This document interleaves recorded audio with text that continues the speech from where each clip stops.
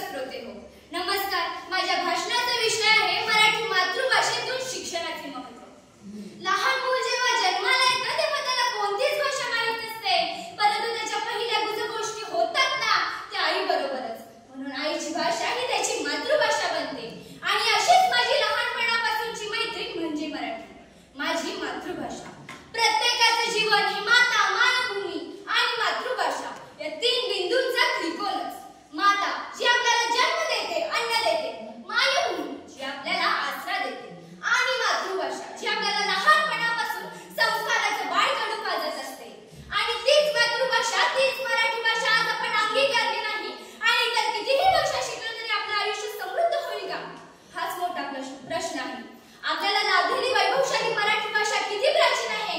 मराठीची गंगा पर्वताच्या प्राकृतातून निघाली, परंतु तिला तीर्थाचं स्वरूप ज्ञानेश्वरांनी आणलं. अहो, आज 16 वर्षाची मुलं पबजी खेळतायत, परंतु आमच्या ज्ञानेश्वरांनी अवघ्या 16व्या वर्षी मराठीचे बोलू कौतुके परी अमृतातेही पैजासे जिंके अशा मधुर भाषेत ज्ञानेश्वरी हा रसाळ ग्रंथ लिहून मराठी समृद्ध करण्यासाठी पहिली दालन उघडली. मग त्या दालनात क्रमाक्रमाने भरच पडत केली. विष्णू शास्त्री चिपळूणकर, लोकहितवादी स्वातंत्र्यवीर सावरकर यांच्या ओजस्वी लेखणीने मराठी भाषा खडकाप्रमाणे तळू लागली. पण आज त्याच मराठी भाषेची काय अवस्था झाली आहे. आमच्या विद्यार्थ्यांना शेक्सपियरचं नाटक सांगितलं तर धडाधडा पोपटासारखे म्हणतात, परंतु एखाद्या गडकरीच्या नाट्याचं नाव सांगा म्हटलं तर निरुत्तर होतात. ही जर दुर्दैवाची गोष्ट आहे. अहो, आज मराठीतून मुलाला शिक्षण देणे हा मागासलेपणा समजतात. ज्ञानाचा खजिना जरी इंग्रजीत असला तरी स्वभाषेत शिकूनही आपण कर्तृत्ववान होतो, हे आज रशिया आणि जपानसारख्या देशांनी सिद्ध केले आहे.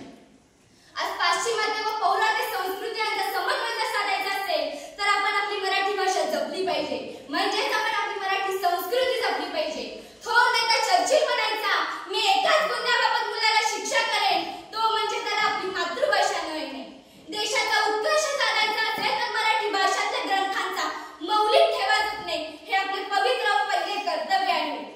नेल्सन मंडेला एके ठिकाणी म्हणतात, तुम्ही एखाद्या माणसाशी त्याला कळेल अशा शब्दात बोललात तर ती गोष्ट त्याच्या डोक्यापर्यंत पोहोचते, पण तीच गोष्ट त्याच्या भाषेतून बोललात तर ती नक्कीच त्याच्या हृदयापर्यंत भेटते.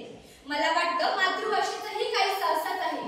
मातृभाषेतून शिक्षण घेतलेल्या मुलाचा पाया इतका भक्कम असतो की त्याला पुढे जाऊन कधीच मागे वळून बघावं लागत नाही. मातृभाषेतून शिक्षण ही शिकण्याची नैसर्गिक पद्धत आहे. मातृभाषा ही खऱ्या अर्थाने ज्ञान भाषा आहे. सांस्कृतिक आणि सामाजिक मूल्यांची रुजवण फक्त मातृभाषेतूनच होऊ शकते. जे विद्यार्थी आपल्या मातृभाषेतून शिकतात ते संकल्पना चांगल्या प्रकारे समजून घेऊ शकतात आणि लक्षात ठेवू शकतात. मातृभाषेला जर का शिक्षणाचे माध्यम म्हणून प्रोत्साहन केल्यास देशाचा सांस्कृतिक वारसा जपण्यास मोलाची मदत होईल.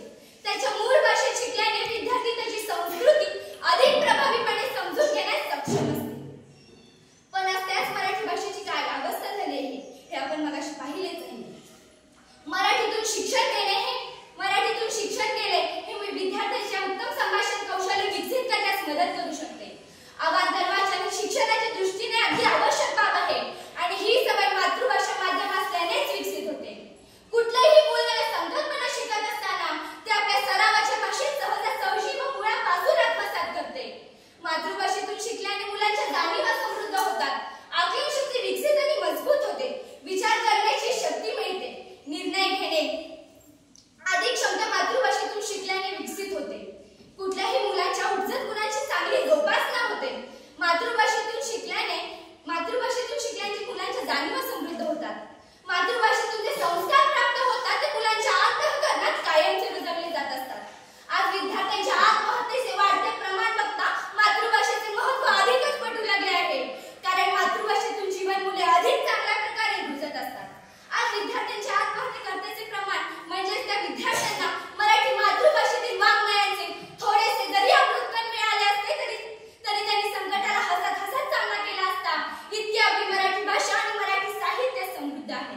त्यामुळेच आजच्या विद्यार्थ्यांना मराठी मातृभाषेतून शिक्षण देणे गरजेचे आहे.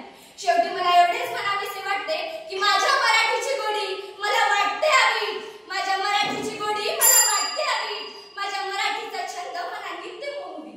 ज्ञानोबाची तुकयाची मुक्तेशाची जनाईची, ज्ञानोबाची तुकयाची मुक्तेशाची जनाईची, माझी मराठी गोडी रामदास शिवरायांची, माझी मराठी गोडी रामदास शिवरायांची.